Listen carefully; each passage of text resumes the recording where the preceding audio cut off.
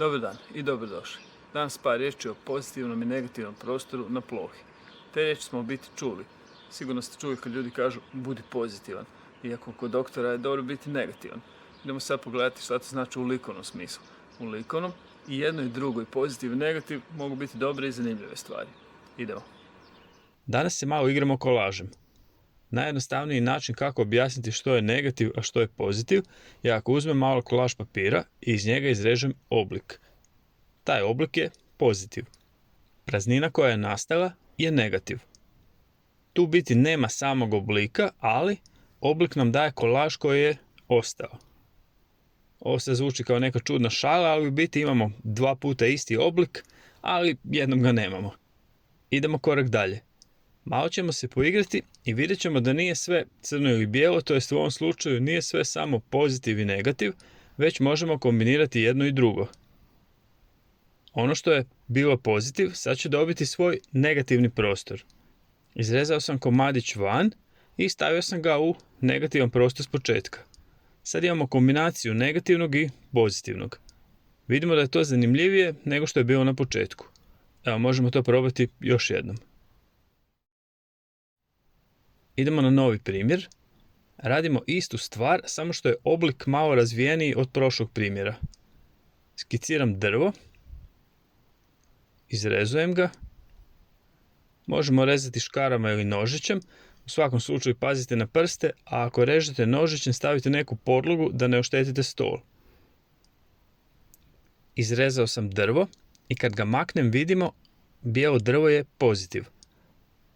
Ono što nam je ostalo je negativ. Jedno drvo je pozitiv, jedno drvo je negativ. Bijelo drvo, odnosno pozitiv, sam stavio na crni papir. Ako stavim crni papir ispod negativa, to nam sad djeluje kao crno drvo. Idemo opet malo kombinirati jedno i drugo. Stavljam oblik drveta na papir i crtam krošnju i malo deblje stablo.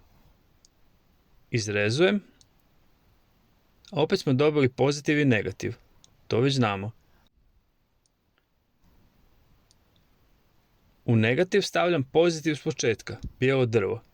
Vidimo da kombinacija negativnog i pozitivnog daje puno zanimljive rezultate od samo pozitiva ili samo negativa. Idemo još malo dalje. Iz bijelog drveta izrezujem nekoliko izduženih ploha sa stabla.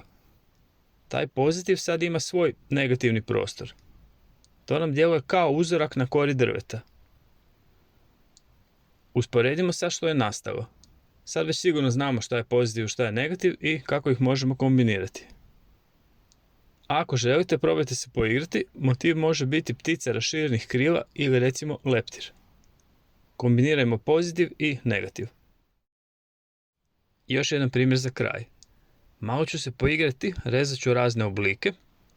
Za početak, pozitivne oblike ću iskoristiti na jednom listu papira, a negativne na drugom. Izrezujem papire raznih oblika, više ili manje pravilne, i koristim kolaž papir raznih boja. Na primjeru drveta koristio sam samo crnu i bijelu, da bi nam primjer bio jasniji. Crna i bijela su u likovnom smislu ne boje, koristimo ih za dobivanje tonova drugih boja. U ovom slučaju koristim razne boje. Kad radimo s kolažem, nemojmo odmah svaki izrezani oblik zalijepiti na podlogu. Probajmo se malo poigrati s više oblika. Možemo ih stavljati na razna mjesta na podlozi, možemo ih stavljati jedne preko drugih. To nam je kao neki nadomjestak skiciranja. Kad smo zadovoljni, nakon što smo malo probali, tek onda lijepimo papire. Kad inače radimo s kolažem, nije nužno iskoristiti svaki oblik koji smo izrezali, niti svaki pozitiv i negativ. U ovom slučaju to radim samo za primjer. Pogledamo sad kako nam izgleda jedna i druga verzija rada. Ništa nisam zalijepio i sad se mogu odlučiti da od svih tih komadića kolaža složim jedan rad. Danas u biti imamo dvije opcije. Prva može biti ptica ili leptir, a druga opcija je bila da se poigramo s ovakvim oblicima koji mogu biti više ili manje pravilni. Probajte kombinirati pozitiv i negativ, razne boje, razne oblike i kao i uvijek. Opustimo se, budimo kreativni, bit će sve ok. Sretno!